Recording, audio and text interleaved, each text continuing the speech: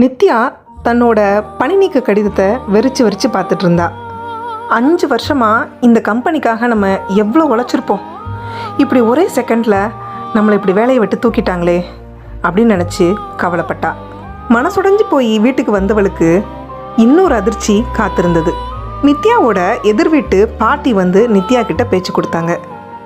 நித்யா, நான் இன்னைக்கு மார்க்கெட் போயிருந்தேன். அங்கே உன் வீட்டுக்காரரு வேற ஒரு பொண்ணோட வண்டியில் போகிறத பார்த்தேன் அப்படின்னு சொன்னாங்க.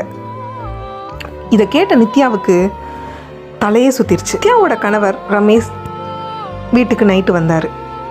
வந்தவர்கிட்ட நித்யா கேட்டா, ஏங்க இன்னைக்கு ஆஃபீஸ் போயிருந்தீங்களா இல்லை வெளியில் எங்கேயாவது போயிருந்தீங்களா அப்படின்னு கேட்டா. அதுக்கு ரமேஷ், இல்லை நித்யா, நான் ஆஃபீஸில் தான் இருந்தேன். ஒர்க்கு ரொம்ப ஜாஸ்தியாக இருந்தது. இப்போ தான் ஒர்க்கை முடிச்சுட்டு வீட்டுக்கு கிளம்பி வர்றேன் அப்படின்னு சொன்னார். உடனே ரமேஷுக்கு தெரியாமல் அவரோட ஃபோனை எடுத்து செக் பண்ணான். ரமேஷ் இன்னொரு பொண்ணுக்கு அனுப்பின மெசேஜஸ் எல்லாம் இருந்தது. இதை பார்த்ததும் நித்யாவால் அந்த வழியை தாங்கிக்கவே முடியல. ரொம்ப நொந்து போயிட்டா. இதை கேட்டு ரமேஷ் கிட்ட சண்டை போட்டா. உடனே ரமேஷ், அந்த பொண்ணு எனக்கு வெறும் ஃப்ரெண்டு தான், மற்றபடிலாம் நீ நினைக்கிற மாதிரிலாம் ஒன்றும் இல்லை அப்படின்னு சொன்னார். கோபம் தலைக்கெரிச்சு ரொம்ப கோபப்பட்டான். அங்கே உங்களுக்கு சாதாரண ஃப்ரெண்டாகவே இருக்கட்டும், ஆனால் அது என்கிட்ட ஒரு வார்த்தை சொல்லியிருக்கணும் இல்லைங்க. இதை நீங்கள் மறைச்சது எவ்வளோ பெரிய தப்பு தெரியுமா அப்படின்னு சொன்னான். அதை கேட்ட ரமேஷ் சமாளிக்கிறதுக்கு தான் முயற்சி பண்ணார். நான் யார்கிட்ட பேசுகிறேன், எங்கே போகிறேங்கிறத எல்லாத்தையும் உங்ககிட்ட சொல்லிட்டு இருக்க முடியுமா?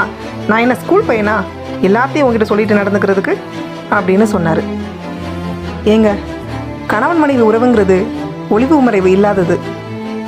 எல்லா விஷயங்களையும் மறைக்காமல் சொல்லிட்டா எதுக்குங்க சண்டை வருது? நான் இங்கே தப்பாக யோசிக்கிறதுக்கு இடத்த நீங்கள் தானே கொடுக்குறீங்க அப்படின்னு வாதாடினா. அதுக்கு ரமேஷ், நான் இப்படி தான் எல்லாத்தையும் உங்ககிட்டலாம் சொல்லிட்டு இருக்க முடியாது, இஷ்டம் இருந்தால் இரு, இல்லாட்டி வேற வீடை பார்த்து போய்கிட்டே இரு அப்படின்னு சொன்னார். அன்னைக்கு இருந்த மனநிலையில் அவளோட சுயமரியாதை ரொம்ப முக்கியம்னு தோணுச்சு. உடனே பெட்டி படுக்கையெல்லாம் எடுத்துக்கிட்டு அவள் வேறு வீடை பார்த்து போயிட்டா. இதுவும் இல்லாமல் திக்கற்று நின்னவளுக்கு அவளோட கைமணம் தான் அவளுக்கு கை கொடுத்தது.